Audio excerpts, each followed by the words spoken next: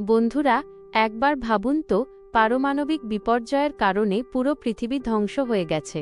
পৃথিবীতে কোনো মানুষ বেঁচে নেই, শুধু একটি দ্বীপে একজন ছেলে আর 6 জন মেয়ে কোনোমতে টিকে আছে। মানবজাতিকে এগিয়ে নিয়ে যাওয়ার সমস্ত দায়িত্ব এখন এই 7 জনের হাতে। আজকের মুভি আফটার দ্য ডার্কে আমরা এমন কিছুই দেখব। মুভির শুরুতে আমরা জেমস আর পেত্রাকে দেখি। পেত্রা ক্লাসে যাওয়ার সময় জেমসকে বলে দেয়, আবার ঘুমিয়ে পড়ো না, না হলে দেরি হয়ে যাবে। কিন্তু জেমস ক্লান্ত ছিল, তাই সে ঘুমিয়ে পড়ে। যখন তার ঘুম ভাঙে, সে দেখে ক্লাসের জন্য অনেক দেরি হয়ে গেছে। সে দৌড়ে ক্লাসে পৌঁছায় একেবারে শেষ মুহূর্তে। তাদের ফিলোসফি বা দর্শনের ক্লাস নিচ্ছিলেন প্রফেসর জিমিত। আজ ছিল সবার শেষ ক্লাস। জিমিত বলেন যে সারা বছর তারা যা যা পড়েছে, আজ তার প্র্যাকটিক্যাল পরীক্ষা নেওয়ার সময় এসেছে। তিনি একটি অনুশীলনের কথা বলেন, যা দিয়ে বোঝা যাবে ছাত্ররা আসলে কি শিখেছে। ছাত্ররা বিভিন্ন পরিস্থিতির কথা বলে, যেমন রেল লাইনে 5 জন মানুষ বাঁধা আছে আর অন্য লাইনে একজন। তাহলে ট্রেনটিকে একজনের দিকে ঘুরিয়ে দেওয়া ভালো, কারণ 5 জনকে বাঁচানো বেশি জরুরি। অন্য একজন বলে, পরিস্থিতি এমনও হতে পারে যেখানে একজন মোটা মানুষকে ধাক্কা দিয়ে ট্র্যাকে ফেলে দিলে ট্রেনটি লাইনচ্যুত হয়ে যাবে এবং 5 জনই বেঁচে যাবে। এক ছাত্রী এমন এক পরিস্থিতির কথা বলে যেখানে সে একটি বিল্ডিং থেকে পড়ে যাচ্ছে এবং সাহায্যের জন্য 3 বন্ধুকে ডাকছে, কিন্তু সেই বন্ধুরা তাকে বাঁচায় না, কারণ তাকে বাঁচাতে গেলে তারাও পড়ে যাবে। নিচে পড়ার পর মেয়েটি বেঁচে যায় এবং বুঝতে পারে যে এই 3 বন্ধু फुल नहीं है, उसे बंकर में जाने की लेस प्रायोरिटी दी जाएगी। एक लड़के का प्रोफेशन तो पोइट है, तो जिमिट उसे तुरंत शूट करके मार देता है। जिमिट कहता है कि ये हमारे साथ बंकर में जाएगा नहीं, इसलिए পারমাণবিক বোমা পড়ছে। বাঁচার জন্য শুধু একটি বাংকার আছে, যেখানে 1 বছর থাকতে হবে। লক্ষ্য শুধু টিকে থাকা নয়, বরং 1 বছর পর এই মানুষগুলোই মানবজাতিকে আবার নতুন করে গড়ে তুলবে। কিন্তু সমস্যা হলো বাংকারের ক্ষমতা মাত্র 10 জনের, অথচ তারা সংখ্যায় 21 জন। অক্সিজেনের অভাবে সবাইকে নেওয়া সম্ভব নয়, তাই কয়েকজনকে আত্মত্যাগ করতে হবে। এই পুরো বিষয়টি একটি কল্পনার ইমাজিনেশন মধ্যে হবে। সবাই ক্লাসরুমেই থাকবে, কিন্তু দৃশ্যগুলো তাদের মনে চলতে থাকবে। মুভিতে এই দৃশ্যগুলো বাস্তব মনে হলেও আসলে এগুলো তাদের কল্পনা। এখন প্রশ্ন হলো, এই 21 জনের মধ্যে কারা বাংকারে যাবে আর কারা বাইরে থাকবে? সেটা ঠিক করবেন তাদের প্রফেসর। জিমিত সবাইকে একটি করে কার্ড তুলতে বলেন, যেখানে এক একজনের পেশা লেখা আছে। ভবিষ্যতে যার পেশা কাজে লাগবে, সে বাংকারে যাওয়ার সুযোগ পাবে। যেমন জেমস একজন কৃষক, যে পরে চাষাবাদ করে খাবারের যোগান দেবে। পেত্রা একজন ইঞ্জিনিয়ার, সেও খুব জরুরি। একজন ইলেকট্রিশিয়ান বাংকারের বৈদ্যুতিক কাজে সাহায্য করবে। কিন্তু যারা ফ্যাশন ডিজাইনার বা রিয়েল এস্টেট এজেন্ট, তাদের গুরুত্ব কম। এক ছাত্রীর পেশা ছিল কবি। জিমিত তাকে তখনই গুলি করে মেরে ফেলেন। তিনি বলেন, রেডিয়েশনে ধুঁকে ধুঁকে মরার চেয়ে এখনই তাকে মুক্তি দেওয়া ভালো। মনে রাখবেন, এগুলো সবই কিন্তু ক্লাসরুমের আলোচনা। জর্জিনা একজন ডাক্তার, তাই সবাই তার পক্ষে ভোট দেয়। চিপস একজন কাঠমিস্ত্রি, সেও বাংকারে যাওয়ার সুযোগ পায়। শেষ পর্যন্ত জিমিতের কাছে একটি ওয়াইল্ড কার্ড ছিল, তাই সবাই তাকেও ভেতরে নেয়। এখন একদল বাংকারে ঢুকল আর বাকিরা বাইরে রয়ে গেল। জেমস যাওয়ার আগে পেত্রার সাথে সময় কাটাচ্ছিল, তখনই গুলির শব্দ শোনা যায়।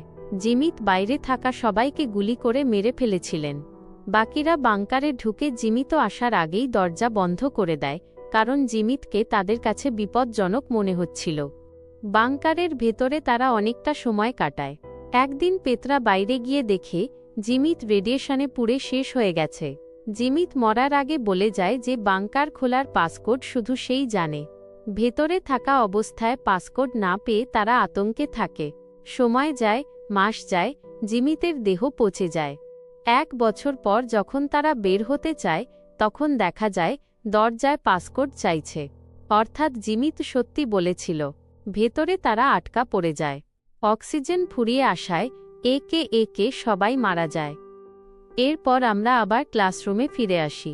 জিমিত জানায় সে একজন কনস্ট্রাকশন ইঞ্জিনিয়ার ছিল, তাই পাসকোড তার জানা। এরপর দ্বিতীয় রাউন্ড শুরু হয়। এবার কার্ডের পেছনে কিছু বিশেষ তথ্য লেখা ছিল। জেমস কৃষক হলেও সে সমকামী গে। জর্জিনার কার্ডে লেখা ছিল সে একটি ভাইরাসে আক্রান্ত হবে, তাই তার বাঁচার সম্ভাবনা কম। কবি বা অপেরা সিঙ্গারদের এবারও কেউ ভোট দিল না। এই রাউন্ডেও জিমিত চালাকি করে বাংকারে যাওয়ার আগেই কবিকে গুলি করে দেয়। জর্জিনা জিমিতের গাড়ির চাবি নিয়ে বাকিদের সাথে পালানোর চেষ্টা করে, কিন্তু বোমার আঘাতে মারা যায়। জিমিত ও বাকিরা বাংকারে ঢোকে। রাতে পেত্রা দেখে জেমস আর জ্যাক অন্তরঙ্গ অবস্থায় আছে। জিমিত বলে যে মানবজাতি টিকিয়ে রাখতে হলে সবাইকে পার্টনার বেছে নিয়ে সন্তান জন্ম দিতে হবে। সবাই রাজি হলেও পেত্রা একা রয়ে যায় এবং জিমিতকে পার্টনার করতে বাধ্য হয়। কিছুদিন পর কেউ প্রেগন্যান্ট না হওয়ায় জিমিত এক অদ্ভুত নিয়ম দেয়, সব মেয়েকে সব ছেলের সাথে মিলিত হতে হবে। সৈনিক বনি এতে রেগে যায় এবং জিমিতকে মেরে ফেলার হুমকি দেয়।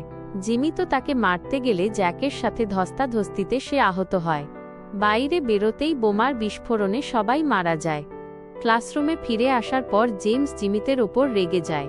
সে দেখে জিমিত জেমসকে ছোট করার জন্য ইচ্ছে করে তাকে ফার্মার ও গে কার্ডটি দিয়েছিল। জিমিত পেত্রাকে পছন্দ করত এবং জেমসকে সরাতে চাইছিল। এবার পেত্রা নিজে ইনচার্জ হতে চায়। তৃতীয় রাউন্ডে তারা একটি দ্বীপে ছিল।